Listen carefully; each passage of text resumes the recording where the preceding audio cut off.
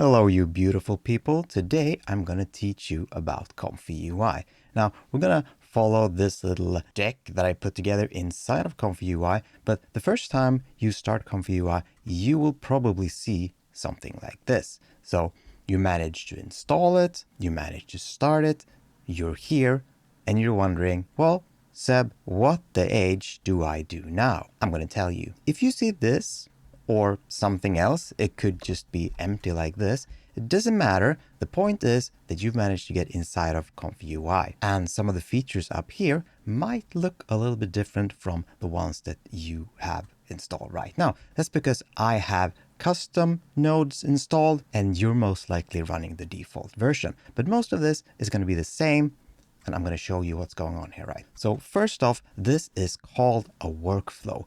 These workflows will run AI stuff, basically. Anything from text to images to videos and whatever you want to build into this. There are custom nodes that can get you anything, right? You have a little workflow menu up here. You can open previous workflows. You can save and export as JSON files. You can also browse templates. So these are some of the pre-installed workflows that come with Comfy. Some basic ones. You have some for Flux, Stable Diffusion XL. You have some video ones. There are a bunch of stuff that you can explore here. Now, most of you are probably going to want to install custom workflows from sources online. And if you get them, well, you can just drag and drop them into your workspace. And it's basically as simple as taking a JSON file that you've downloaded and drag that straight in here. You might see something like this, a lot of errors, missing node types, completely normal. Whenever you see that, all you need to do is go into your manager. Your manager is going to be your best friend. And here you can install missing custom nodes. And all the missing nodes are going to be in here. Now, it also said that your ComfyUI is outdated. Might be, might not be, depending on when you install this. We're going to check that in a bit.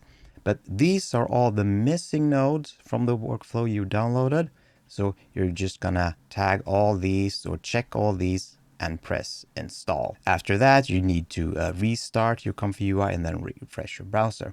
Now, if you're getting something like this, your ComfyUI is outdated, you can actually either update all or update ComfyUI. Update all means you're updating both your ComfyUI and your custom nodes. Update ComfyUI will not update your custom nodes, but only your ComfyUI base system. What is a custom node? We'll get to that in a second.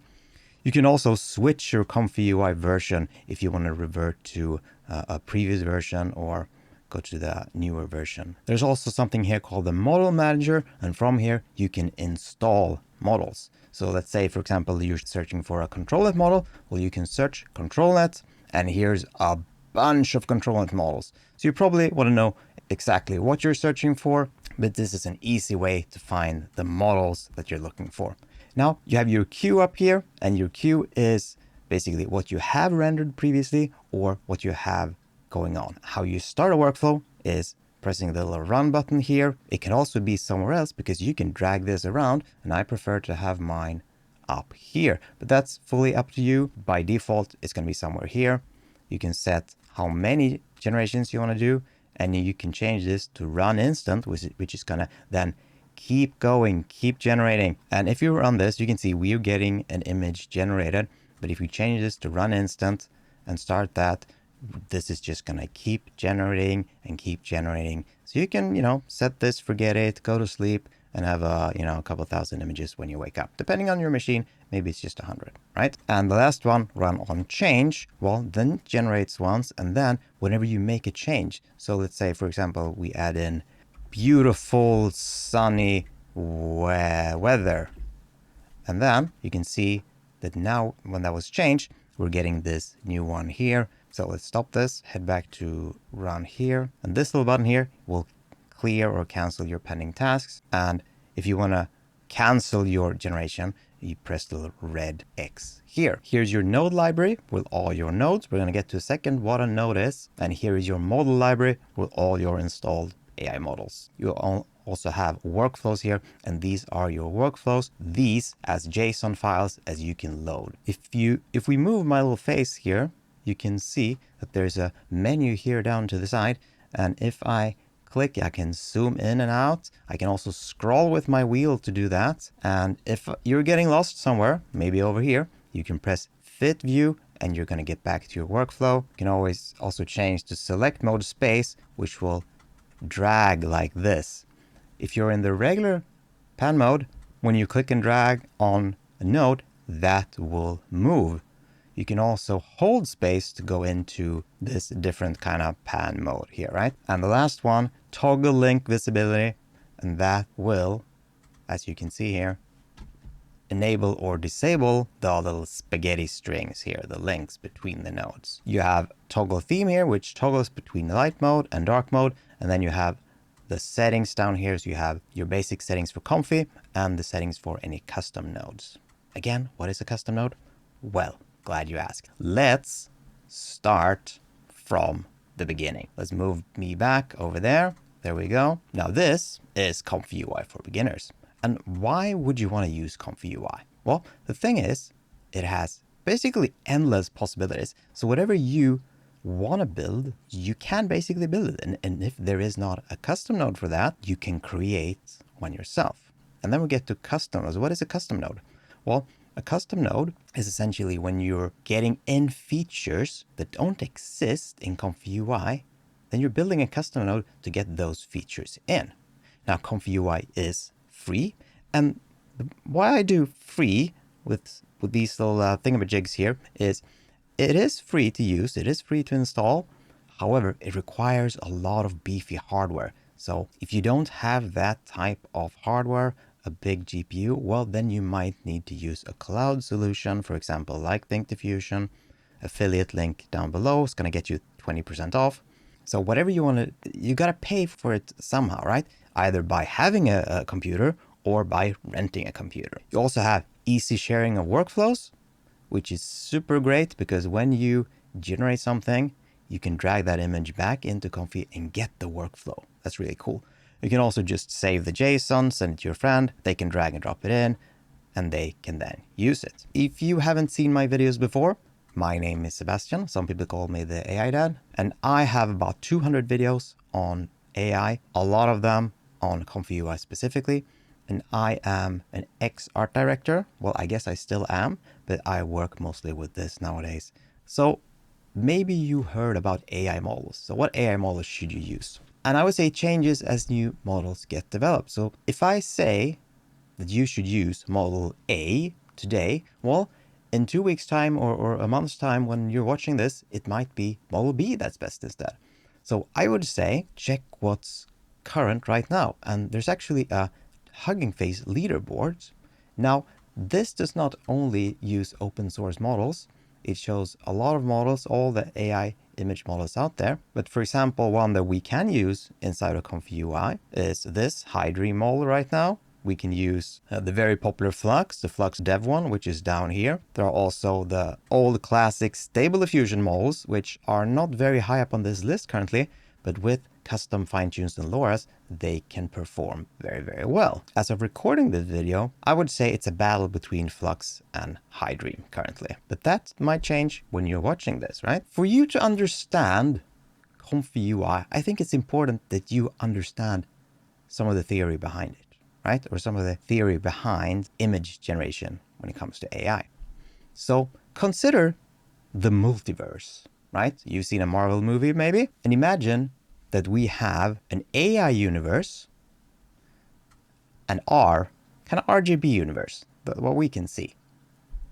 So here is me as a Viking, here's me with my beautiful YouTube plaque, and here's just an old man. And these are like real images from the real world. And in the latent space, the AI universe, we got lots of weird shit going on, right? So imagine that, you know, here's our little RGB universe, and then we're sending stuff through portals into the AI universe. And in the AI universe, we use something called noise. We inject noise into images to be able to kind of work with them, to make them into something else, right? Or we start with noise and create an image from that. And these colors are something to take note of too, because those are going to be consistent throughout not only this video, but ComfyUI in general. Here's a way to think about this. So you have an input, this image of me, for example, and this is in our blue RGB universe. We can see this. This is me. This is a photo. It's real. We then send it through our VAE encoder, through the universe portal, into the other AI universe, the latent space. And here we can give noise to the image. So this image has noise, AI noise applied to it, and then the AI can kind of work with that noise to create something new. It's feeding it, it's giving it gas, so to speak. Imagine a car driving, it's getting a little gas, or electricity these days. And we can then send it back again through this universe portal to our RGB universe. And now it is transformed into something different. And this is me now in a kind of anime style instead. So consider these universes. We're sending data across. It could be images, it could be text. It doesn't really matter, right? Just consider that we have our universe where we can understand and see what's going on. And then we have the AI universe where we can't really see what's happening. We can see parts of it, but it's, it's chaotic and mystic. A lot of sci-fi stuff over there and math. All scared of math, right? So what is a node then? We'll talk about nodes. We talked about custom nodes. A node is essentially kind of like a feature. So here we have a node. This is me again. So this is called a load image node. And the way that you find nodes is you have them either here on the left by clicking this or by pressing N. You have a lot of nodes. You can sort up here. I think this goes to alphabetical. And you can find, whatever you want. You can also right click and you have add node. And let's say image here, for example. We have a lot of image nodes that, does something with the image. And we have load image here, for example. And this is just another node, right? Here's sort of a prompt node, you can say. And here I just put Sebastian in a hat in. These nodes are not connected now. This is just to show you what a node is. A node is features doing something. So this is a node where it actually transforms from clip to conditioning with this text. I'm going to tell you more about this in a second. Here's another node, load diffusion model. So this loads an AI model into your ComfyUI. Well, what's an AI model? Well, remember we talked about them previously? Flux, Stable Diffusion, High Dream, basically computer models that help you work with AI or loads kind of the AI. These nodes are rerouting nodes. They're basically just a way to clean up your workflow and send these strings between them. And all of the nodes that you're going to use, as you can see, these are not connected to anything, as we saw in the beginning. All the nodes need to be connected somehow. So you could send this image data through to, something else. Maybe you want to send it to a save image node, and then you've connected this little string here, and you have an input and an output. So that's what a node is. What are the connections in between them? Well, so let's take this ksampler, for example. The ksampler is kind of the machine of it all. And on the left, you have incoming. Anything here is incoming into the ksampler. So we have a model connection. We have a positive and a negative, which refers to a positive and a negative prompt. So a text description of what you want to see. We have something called a latent image here, which is, remember we talked about the latent space. So this is data in the AI universe. And then we're sending out, still inside the AI universe, latent data here. So with every node, you can have in, out, or both. And it's always left to right. So you can never change the direction. It's always coming in on the left side. It's always going out on the right side. And they're all gonna be color coded. So what are these colors?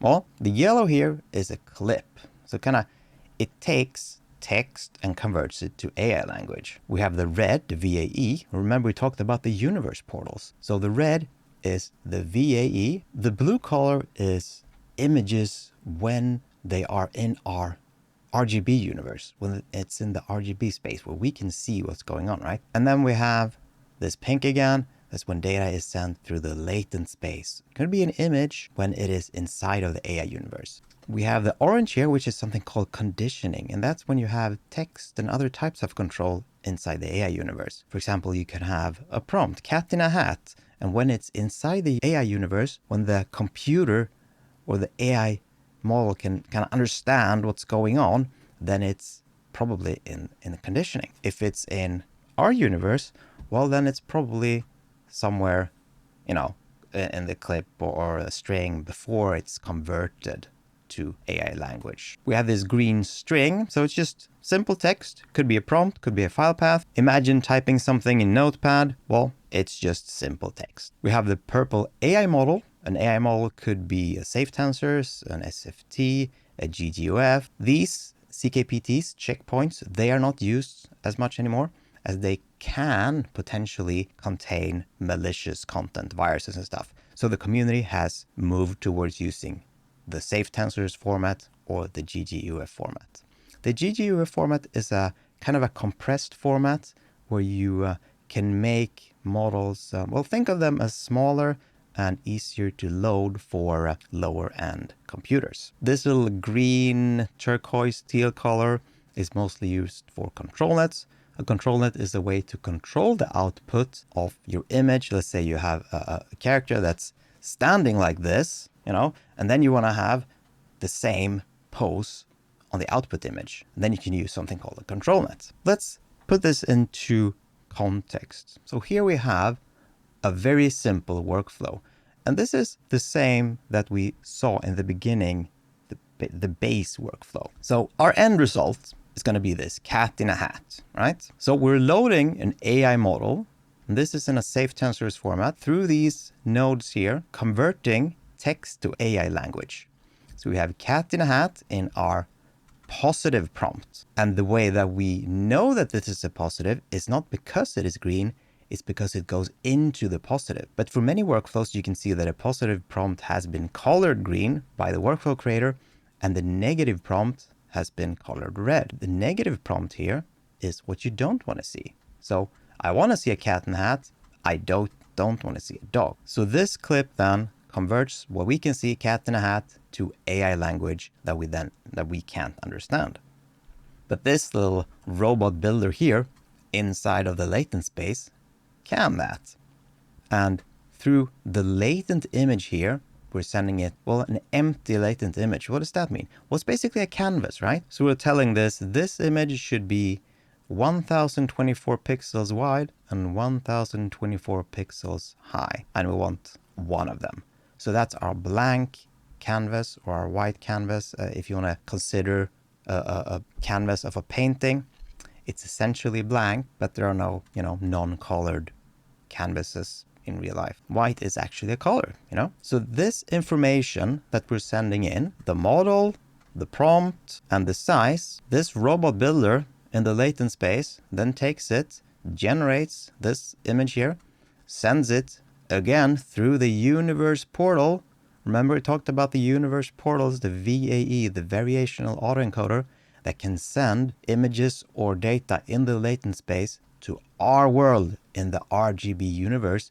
And we can then see this cat in a hat. Pretty cool, eh? So this is a very basic text to image workflow because it's text to image.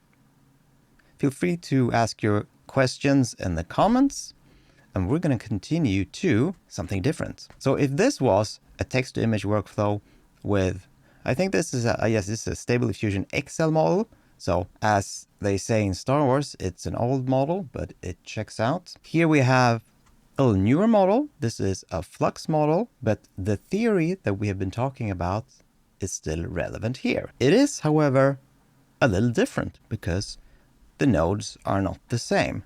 So remember we had the ksampler here, for example, the robot builder.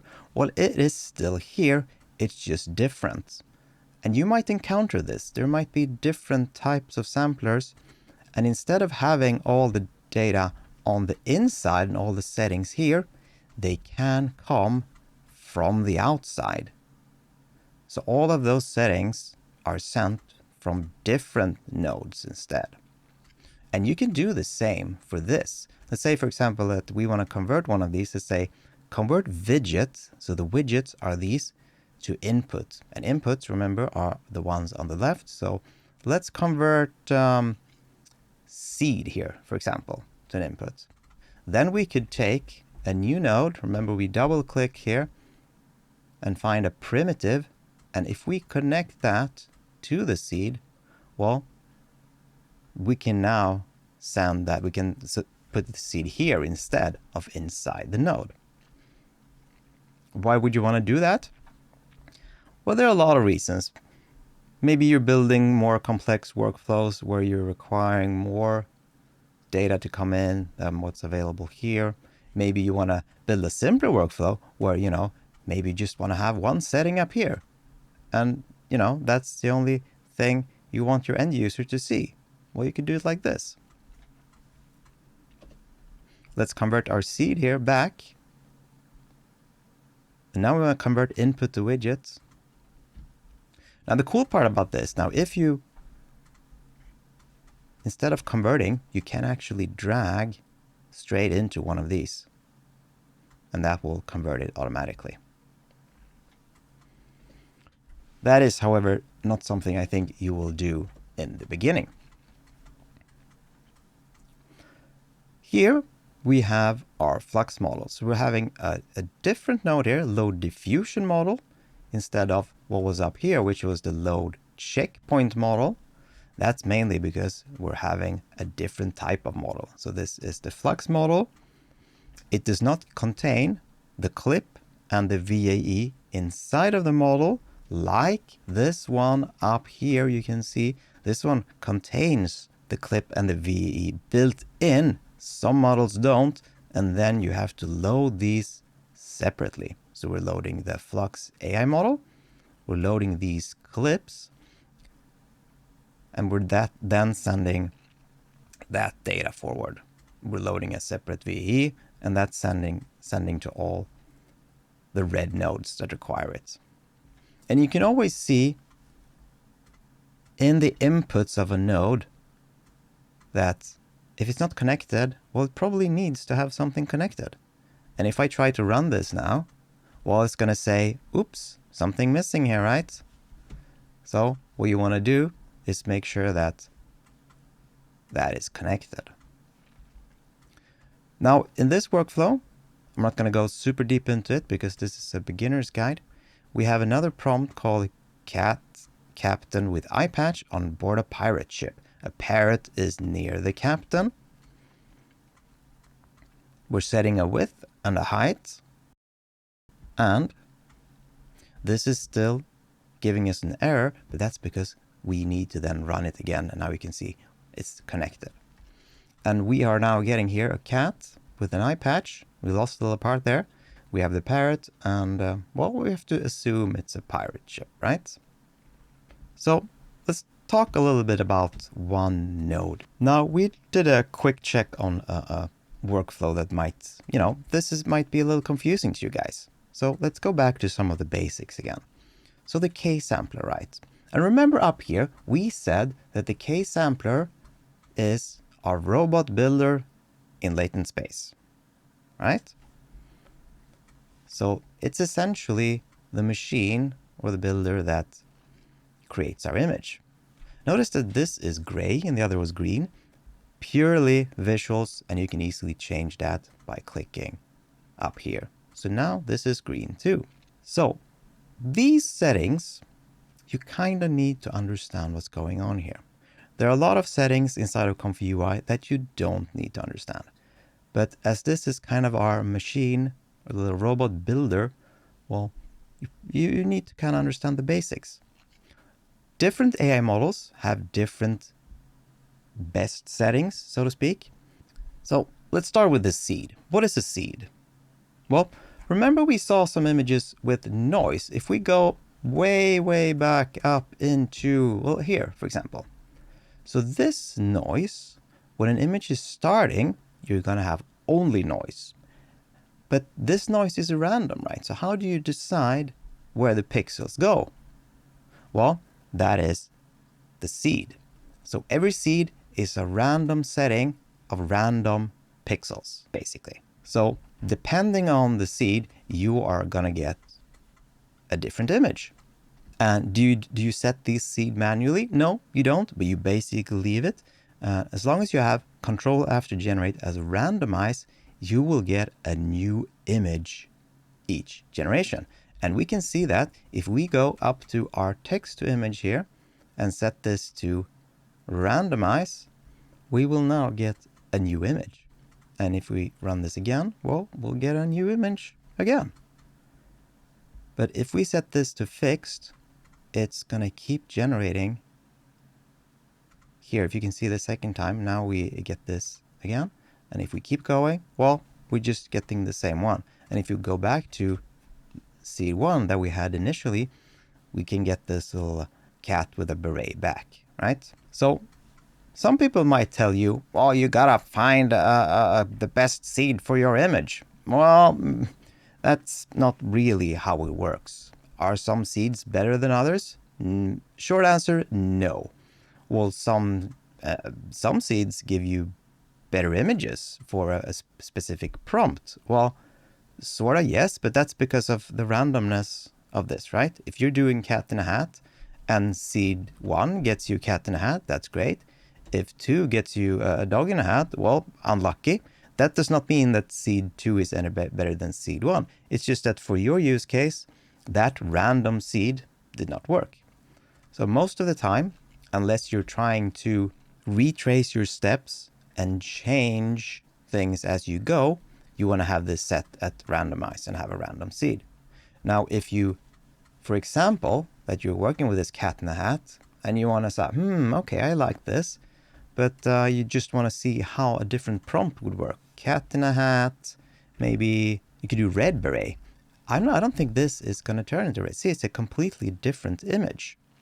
But you can at least see your changes within that seed.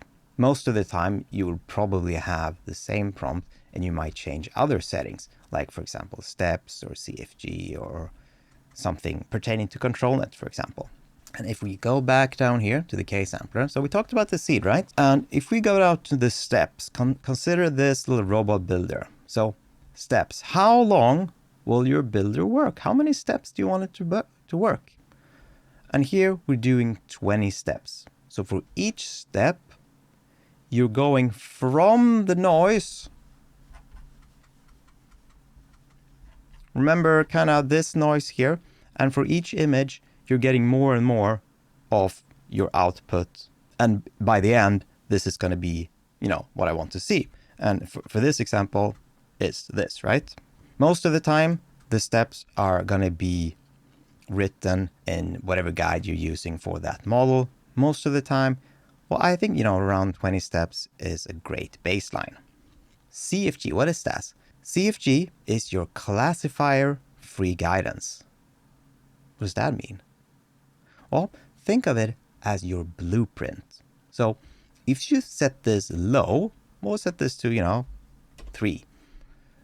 Your robot is, you're giving him a blueprint of a house maybe, and he's going to go there, hammer, oh, a blueprint to look at it and say, okay, whatever. And it's going to, it's going to resemble the house that you want to build, but it's not going to be fully like the blueprint. He's doing his own little bit. He's being creative. But if you set this high, maybe, 10, I don't know. He's going to be like, oh shit, this blueprint, I really got to build like this. Okay, boom, boom, boom, look at the blueprint, boom, boom, boom. He's hammering away and you have this blueprint and it comes out, more or less as you wanted it.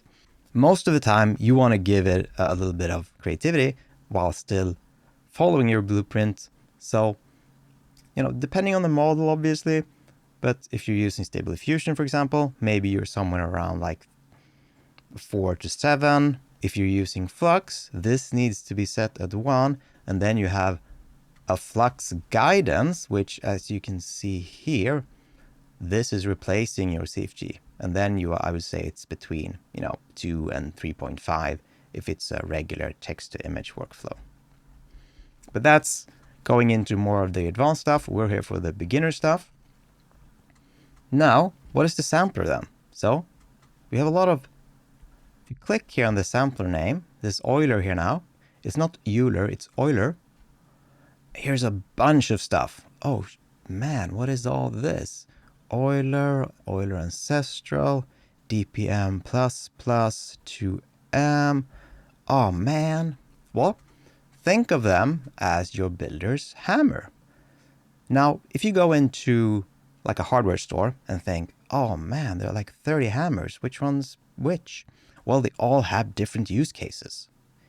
We might see them as one hammer. They're all hammers. But depending on what you want to do, some are like quicker, some are, bigger, some are maybe a little tiny hammer that has tiny jobs.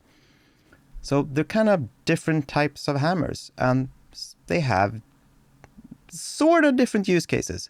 But can you use like a all-in-one hammer to do all your work? Yes, you kind of can. A lot of people use like Euler and Euler A for, all of their work, and that's fine. You don't have to dig into the sampler. I would say whatever the model creator or the workflow creator recommends, you stick with that. And the schedule is kind of diving more deep into that hammer. So think about like how your builder spreads the effort. So some schedulers can be like, it's starting loose, it's hammering like all over the place in the beginning, but then by the end it's like very precisely building. Or it could be the other way around. When you start, it kind of very precisely building, and then by the end, it's hammering all over the place, right? You don't need to worry about the scheduler too much. Use whatever the model workflow creator is recommending. Now, Denoise, however, this one here, Denoise, this is one of your best friends when it comes to ComfyUI and AI generating in general.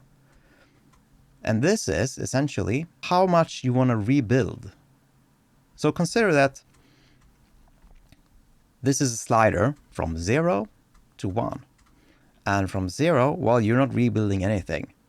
The robot is lazy, it's having lunch, nothing's happening. And at 1, well, maybe you have a house it's trying to renovate, it's tearing it all down and starting from scratch. And if you use 0.5, well, let's say, okay, let's keep 50% of the house and then rebuild 50% of it. Okay? And how this applies to ComfyUI and AI generation is, okay, think of an image. You're saving 50% of the image and getting 50% new. Or you're keeping all of the image. Or you're changing all of the image. So this is the basics of the ksampler. And the ksampler, again, your little AI machine. And we can see here the denoise. So here we have the ksampler. We have a denoise of 0.6.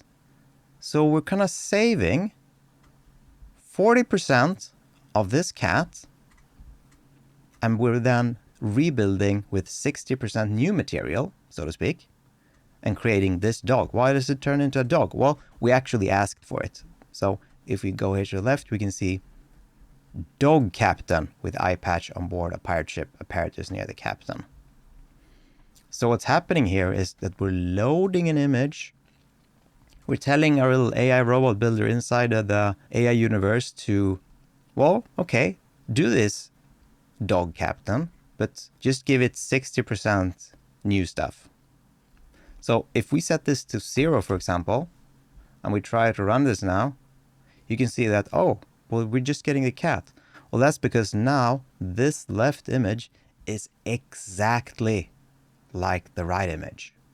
We're not changing anything. And if we set this to 1, so it's basically 100% new generation, well, this right image is not close to the left one.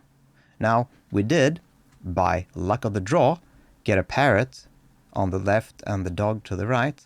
And if we lower this, maybe like 0.4, for example, well, we're gonna be closer and closer to our cat here. You can see that it's very similar to the cat, but we're getting a dog. If you go even closer, maybe 0.3, we're getting even closer to the cat. So soon we're going to start see this merging kind of into each other. And it's still a dog at 0.3. At 0.2, well, we're getting some dog in there. Bear in mind the denoise value is going to be different from each model. And here I would say, this is a cat. This is not a dog. So you need some noise here, some gas to change the image. Most of the time, you want to be like 0.5, 0.6, maybe 0.7. But again, that depends on the model. Flux models, you know, sometimes you need to go higher and sometimes you need to go lower. So this is what's called an image to image. You have an input image, an output image. And that workflow, this is essentially this workflow. But here are all the nodes that are required to run this. So we have a load image that goes through our blue connection. We're sending that through the universe portal into the latent AI universe. And here our ksampler can work with it, the little AI robot. We're loading the checkpoint. This time it's included the clip and the VAE model. We have the prompt. We also have a negative prompt. We don't want to see a cat. Most of the time when people use negative prompts, they use filler words like, I don't want it ugly. I don't want it blurry. When it comes to Flux, you generally don't use negative prompts. This is an SDXL model, so here you do. And from the ksampler, we're sending it back through a portal to our RGB universe where we can see it as a dog.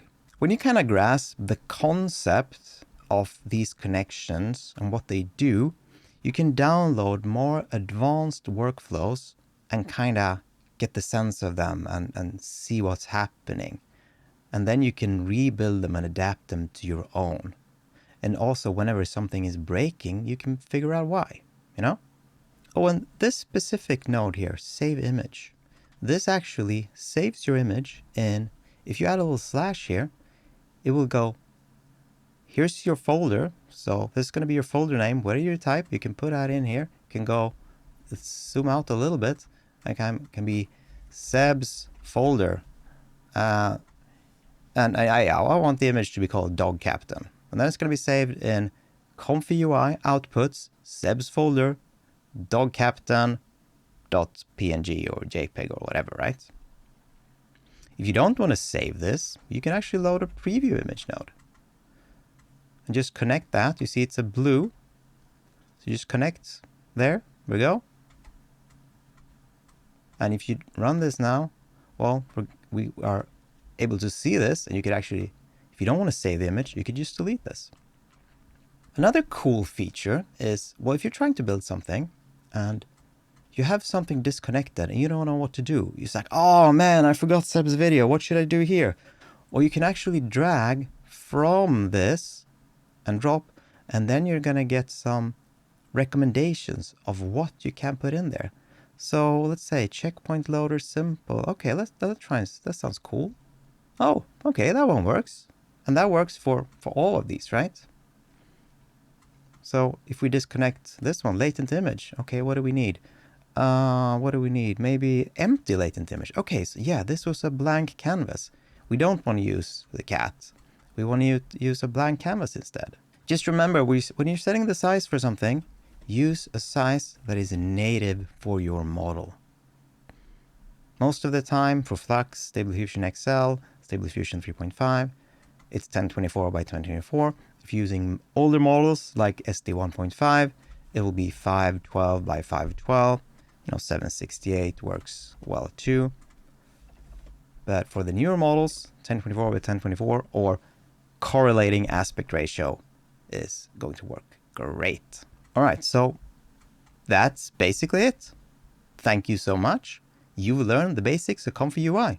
Like and subscribe. I'll see you in the next video. Learn more about ComfyUI here.